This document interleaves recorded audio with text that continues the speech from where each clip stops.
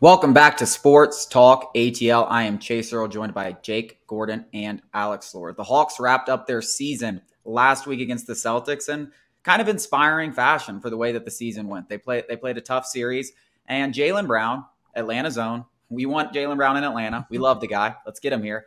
Had some good things to say about the Hawks. He said if they played like that, the way they did in the playoffs, they would be a top 5 team in basketball. Now, I don't know if he meant top 5 team in the East or top 5 team in the NBA, but regardless, the Hawks were the 8th seed in the East, and they gave the Celtics a run for their money, and they beat the Heat in the play-in tournament, and they looked like a much different team in the playoffs under Quin Snyder, inspiring some confidence about the future of this organization. Now, I'm not going to say this means Jaylen Brown wants to be a Hawk. That's not what this conversation is about, but it is about where the direction of where the Hawks is going. So what do you take out of what Jaylen Brown said and the future of this organization? Yeah, I think Jaylen Brown has a lot of respect for the city of Atlanta, and I think he knows that he's well respected here. And, that's natural. He's not like Malcolm Brogdon coming out and saying that Hawks have fair weather fans. And, he embraces the city. He had the Braves hat on. I would love to have Jaylen Brown. It would take a lot to get him, but I'd be willing to do that. I think the only way that happens is, number one, he has not voted to an All-NBA team, because if he's voted to an All-NBA team, after next year, he'll have 8 years of service and on an All-NBA team, and maybe All-NBA first team, I'm pretty sure. Oh, no, and the season before. So if he's all NBA, it's not going to happen because he's going to get a supermax. And the Hawks, that's just way too much money to leave on the table, especially when the Celtics aren't just like completely dysfunctional. They're a playoff team. They're good. And he'd have to ask for a trade. I think that's the two qualifiers. And I don't see either of those things happening. But, man, I don't know. The Hawks don't have too much left, but I'd give up whatever it takes. It would probably have to include – maybe all three of Okongwu, Jalen Johnson, AJ Griffin, probably 3 or 4 picks. I mean, if you're getting an extension, because he's only got 1 year left on his deal. But if he makes an All-NBA team, he could opt out and just join in free agency. Not if he makes an All-NBA team. There's no way that happens. No way. Yeah, I don't think there's any scenario at all where Jaylen Brown comes home. I think he's just a good guy. He grew up here. The city shaped him. He's still got love for Atlanta. But I do think he's, shooting from the heart. I mean, I think that the Hawks surprised a lot of people taking it to 6 games, taking one in Boston. Yeah, you said it, Chase. It was unexpected momentum. And we talked about it even before the Heat series, that the goal of the playoffs was just to build momentum into the next season. We were just happy to beat the Heat and take the Celtics to 6 games. And you got all these Celtics fans who are talking about this and that and whatever happened. And we're happy over here. I think a lot of Hawks fans are happy. And if you're not, you're delusional and you don't understand that we had no shot winning that series at all. 6 games is a success. We're building towards the future. Obviously, everybody in the city of Atlanta would love Jaylen Brown, except for that, 5% who just like to be jokesters. Everybody wants Jaylen Brown. It's probably very unrealistic. Changes are coming. And we're building towards the future under Quin Snyder. And I'm very excited. For the first time since that conference finals run, I feel like we're doing this instead of this.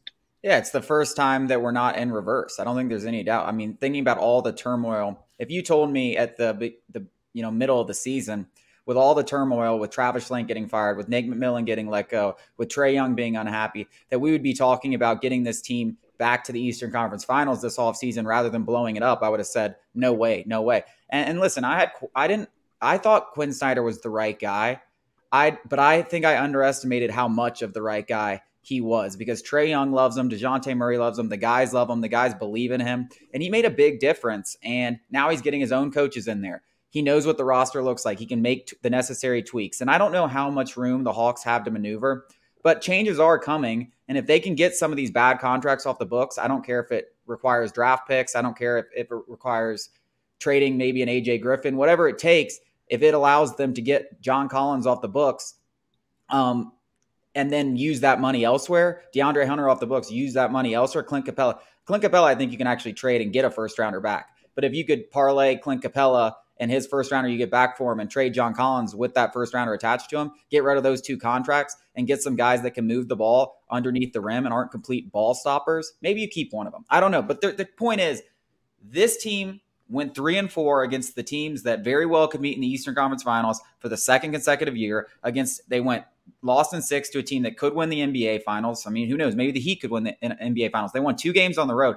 There's reason for optimism that with the right coaches, with the right roster tweaks, they can be a legitimate contender in the East, because the great part about the NBA right now, and not everyone loves it, there's actual legitimate parity. You know, a team that made, like Boston 2 years ago when we made the Eastern Conference Finals, was the 8th seed. Now they're a perennial contender for a championship. It takes the right moves, but it's not impossible. And I don't think anyone saw that coming into the playoffs. Yeah, I think an understated part, excuse me, Jake, an understated part of what we did in that playoff is convince DeJounte Murray that, you know, we're headed on the right trajectory, you know, re-sign. Next year is his last season before free agency. If he walks in free agency, I mean, this franchise will be down in the dumps. I mean, we just gave up considerable assets to bring him here. We need to retain him. We need to show him, you know, not the fans, the front office, the coaching staff, the other players, Trey. We need to show him that we're trending in the right direction. Still, we are right now. I think he saw that game where he was suspended, saw Trey take over in Boston, and was like, damn, you know, we could do something, me and Trey.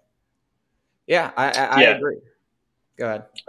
I think a perfect addition to this team, too. You talk about if you move on from Capella and John Collins. I would love to see them go get Brook Lopez, DPOY candidate, good three-point shooter. I think he can offer the Hawks a lot of what Rudy Gobert offered Quin Snyder whenever he was in Utah, except he's a much better shooter. He gives that type of rim protection that Clint Capella has, but he can actually step out, hit some shots.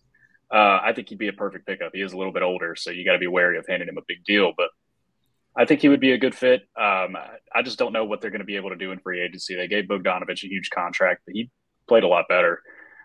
It's going to be tough. I don't know. They got some tough decisions to make too. DeAndre Hunter's a guy that you probably need to make a decision on, and there's a lot. I think the key this offseason is going to be getting Clint Capella out of town, or John Collins, whichever they feel, because you can't have 2 ball stoppers under the rim. And I think they both. I love Clint Capella, but he's just not doing it. They're ball stoppers. They're ball stoppers, and you can't have both of them on the floor. You just can't. And I don't know. And I think Okongwu could fill the role that both of them do, especially if you can learn a jump shot. I think you could bring in a big man, backup big man that hopefully can shoot or just play defense, because that's really all they're doing, because Trae Young's facilitating all their offense. So I think if you could get those both, I'm not sold completely on trading DeAndre Hunter. I think he could still. I think he does bring some value in his ability to create stops and create shots on offense on his own and stop runs, kind of like Bogey. He's more of a mid-range guy, but he does bring a little bit of that to the table.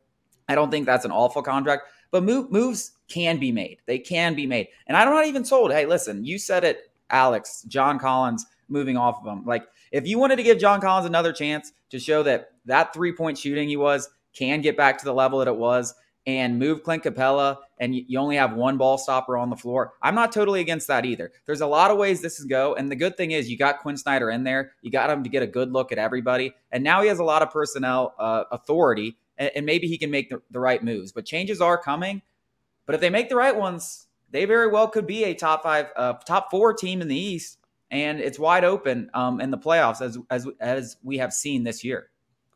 Yeah, I just hope it's Quin Snyder making the decisions. That's my main thing. I think he needs to have complete control of this roster. Let him do his thing. He's a basketball savant. He's a genius. He's proven time and time again. He's a very, very capable coach. And, you know, he's had some issues in the playoffs in the past, but he looked pretty good in these. So we'll see how it looks going forward.